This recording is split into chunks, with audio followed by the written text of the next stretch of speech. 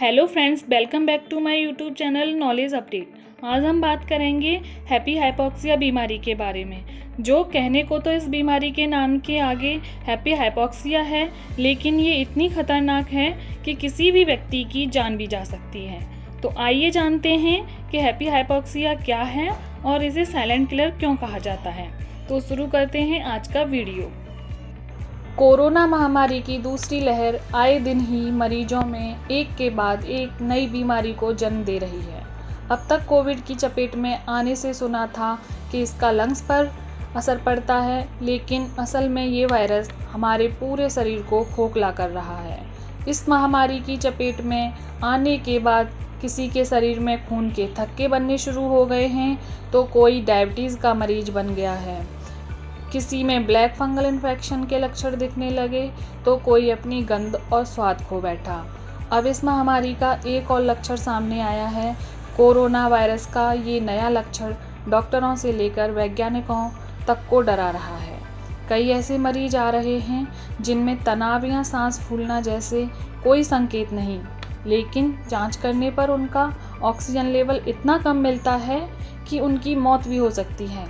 वैज्ञानिक इसे happy hypoxia कह रहे हैं। जानिए इसे साइलेंट किलर क्यों कहते हैं। हैप्पी हाइपॉक्सिया कोरोना की खतरनाक स्टेजों में से एक है। ये बीमारी कोविड मरीजों को हार्ट अटैक जैसा झटका देती है और उसे मौत के मुंह में धकेल देती है। खास बात यह है कि कोविड मरीज को इस बात का आभास नहीं होता कि वो कब इस बीमारी की चपेट में आ गया।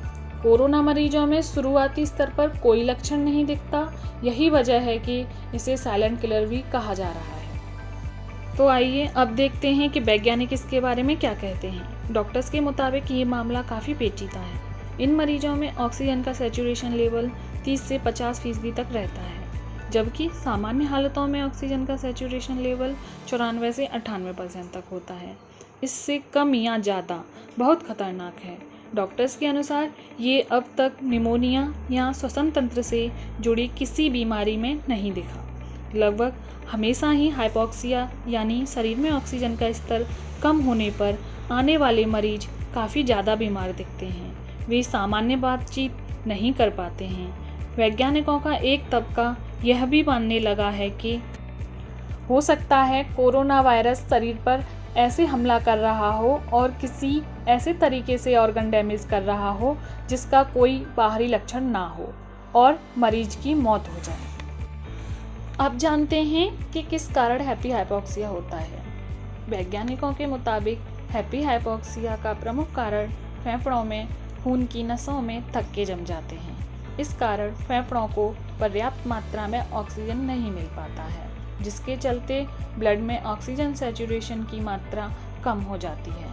विशेषज्ञों का कहना है कि हैप्पी हाइपॉक्सिया के कारण दिल, दिमाग, किडनी जैसे शरीर के प्रमुख अंग काम करना बंद कर सकते हैं। तो आइए अब जानते हैं इसके लक्षण।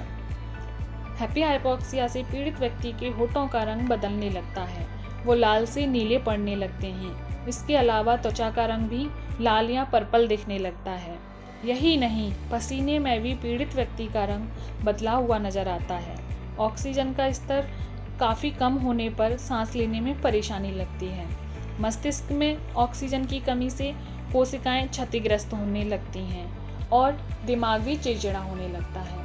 इसीलिए लक्षणों पर लगातार ध्यान देना पड़ता है और ज़रूरत पड़ने पर आपको तुरंत अपने डॉक्टर से सलाह लेनी चाहिए, क्योंकि आपने इस तरह सिम्टम्स को नज़रअंदाज किया तो जान का जोखिम लेना पड़ सकता है।